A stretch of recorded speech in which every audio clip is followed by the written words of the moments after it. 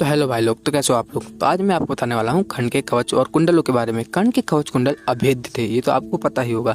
लेकिन हमने एक वीडियो बनाई थी कर्ण वर्सेस मेघनाथ के बारे में। तो कुछ लोग कमेंट करते हैं कि कर्ण तो मेघनाथ के सामने कुछ भी नहीं है, एक तिनके के समान भी नहीं है। उनको क्या समझ में नहीं आता कर्ण के कवच कुंडल की कितनी पावर थी। तो आज मैं आपको कवच कुंडलों की पावर के बारे में बताना चाहता हूँ। कर्ण के कवच कुंडल उसके पिता सूर्य देव ने उसको दिए थे। ये कवच कुंडल अमृत से निर्मित थे, इसे कोई काट नहीं सकता था। भगवान श्री कृष्ण ने कहा था कि मेरा सुदर्शन चक्र भी कर्ण के कवच को काट नहीं सकता। भगवान श्री कृष्ण कहते हैं, हे पार्थ, तीनों लोगों के देवी देवता, सभी गंधर्व, सभी असुर या सभी वॉरियर्स मिलके भी कर्ण को पराजित नहीं कर सकते, क्योंकि उसके पास कवच कुंडल हैं। और यहाँ मैंने देवी देवता बोले हैं, ना कि भगवान। भगवान के कंपैरिजन आप देवी देवताओं से मत ही करो तो अच्छा है, क्योंकि भगवान यानी त्रिदेव और त्रिमाता और उनके अंशों को भगवान कहा जाता है। और देवता वो होते हैं जैसे कि इंद्र, सूर्य, अग्नि, है ना। तो इनका कंपैरिजन नहीं हो सकता इन दोनों का। तो आपने देखा कि कर्ण के कवच कितना पावरफुल है। यहाँ तक कि त्रिदेव भी कर्ण के कवच को काट नहीं सकते थे जब तक वो अपनी लिमिट क्रॉस ना करे। भगवान हमेशा ही अपनी लिमिट में रहते थे। भगवान चाहे तो कुछ भी कर सकते हैं, लेकिन हमेशा वो अपने एक लिमिट में रहते थे। इस कारण से भगवान कर्ण के कवच को नहीं काट पाए थे। कर्ण के कवच बने थे अमृत से, और अमृत के बनने का सिस्टम ऐसा है कि जब देवों की फुल पावर एक साथ आती है तब जाके अमृत बनता है। कर्ण के कवच अमृत के बनने के कारण इनको कोई काट नहीं सकता था। अमृत की महिमा की एक कथा मैं आपको बताता हूँ। एक बार राहु ने अमृत पी लिया था। भगवान विष्णु को बहुत गुस्सा आई।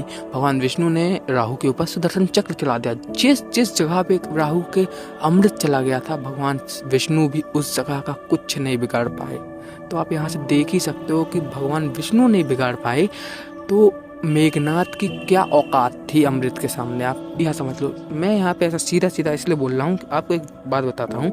जब मेघनाथ ने इंद्र को बंदी बनाया था तो मेघनाथ ने ब्रह्मा से अमृत मांगा था। तो आप देख ही सकते हो, मेघनाथ खुद अमृत चाहता था और कर्ण के पास तो पहले से अमृत था।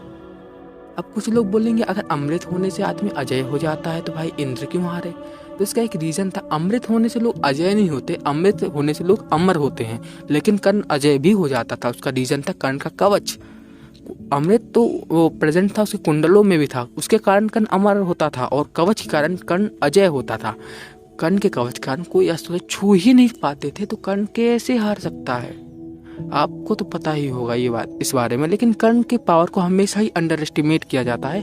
कर्ण की पावर को हमेशा ही नीचे दिखाया जाता है। कर्ण को कभी भी फुल पावर पे कोई लड़ ही नहीं पाया बेचारा, तो कैसे कोई बताएगा कर्ण की फुल पावर। कर्ण की फुल पावर इतनी थी कि कोई उसे पराजित नहीं कर सकता भगवान के अलावा। अभी कुछ लोग, मैंने एक बंदे को देखा जो कहता है Karna is better than Shri Krishna, Shiva and many more.